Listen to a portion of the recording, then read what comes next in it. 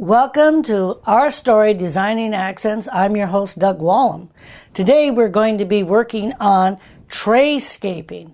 And tray-scaping is the concept of using trays or platforms to use as centerpieces for a dining room table instead of lots of flowers, or showing off your collections.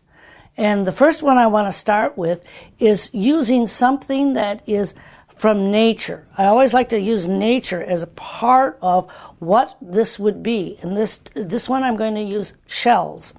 And you see how beautiful the shell is on the inside. The outside it is a little bit more flat looking. So I'm going to have things that are going to mimic this. And you'll notice that I'm going to be using a lot of this stuff in odd numbers, not even numbers. Here's another one that is beautiful on both sides, but it's very highly polished on the inside. And this one here is a man-made piece. It is going to have a pedestal, and you'll notice how it has this case, it's called case glass, has this case glass on this side and the beautiful color on the inside, mimicking the shells. I'll show it from different sides too, so you can kind of see that if you're sitting at a table, it'll have different points of view to it. And now for a tray-scape, I'm using this type of a tray, and I want to work with crystal.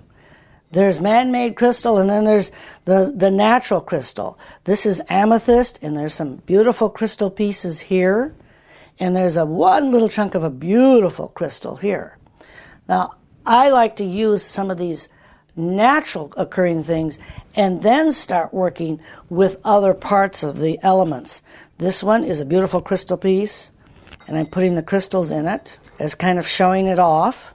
I'll put a decanter on one side that has a beautiful crystal stopper to it.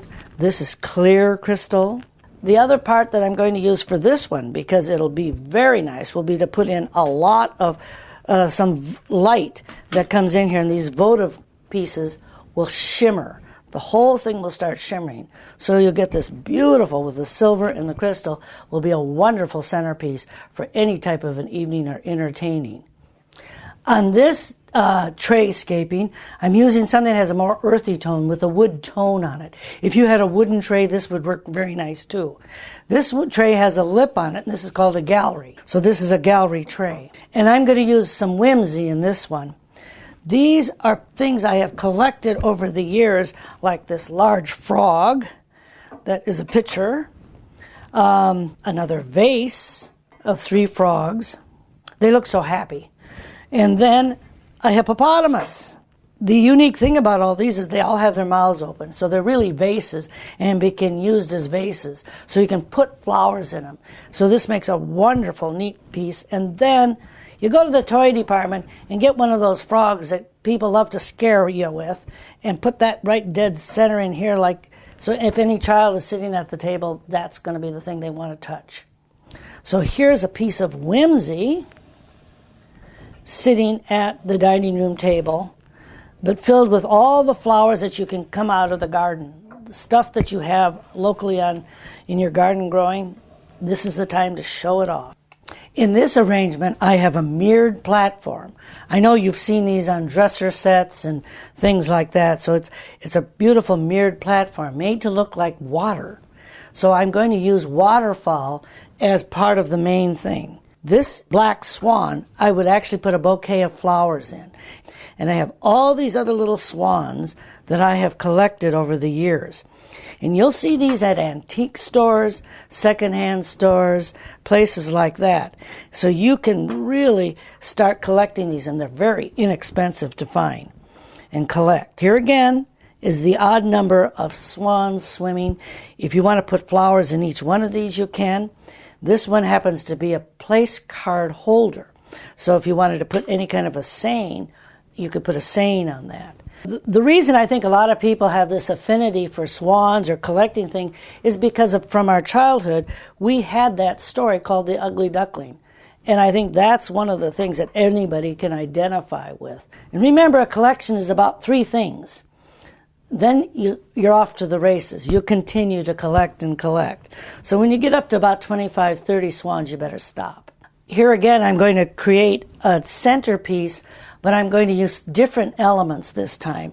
I'm going to use egg baskets. This is a cake basket. These baskets that I'm going to show you can get at secondhand stores or antique stores. Antique stores are most likely the place to find them. This basket here is a bonbon basket where you put little candies in, and sometimes you had 2 or 3 of them at a table. In this case, I'm using this deep basket, which would be a bread basket, and you find all this grass and all the stuff.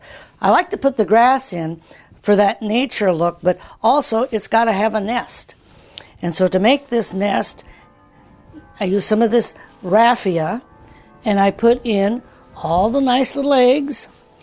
You can have blow-in eggs. Luckily, they have made eggs that you don't have to blow out now that look pretty real. And so then you end up with this wonderful little basket, nesting basket. But all the elements here have to do with eggs and stuff. This would be a perfect addition for a brunch that's serving an egg dish, or for an Easter dinner or something like that. I happen to have wonderful little chicken napkin holders. So in this case, I've used the whole thing about chickens and eggs and newness happening, hatching out, something new happening. And that's the way to start a day. In this trayscape, I have a collection of dogs. And it's fun to have all these neat little dogs. And I'm going to put them on the tray, not necessarily in a specific order. I'm going to just have them sitting on a tray. They'll be in the center of the table. What I do when people come and they sit down at the table, I'm going to say, which dog would you want by your place setting?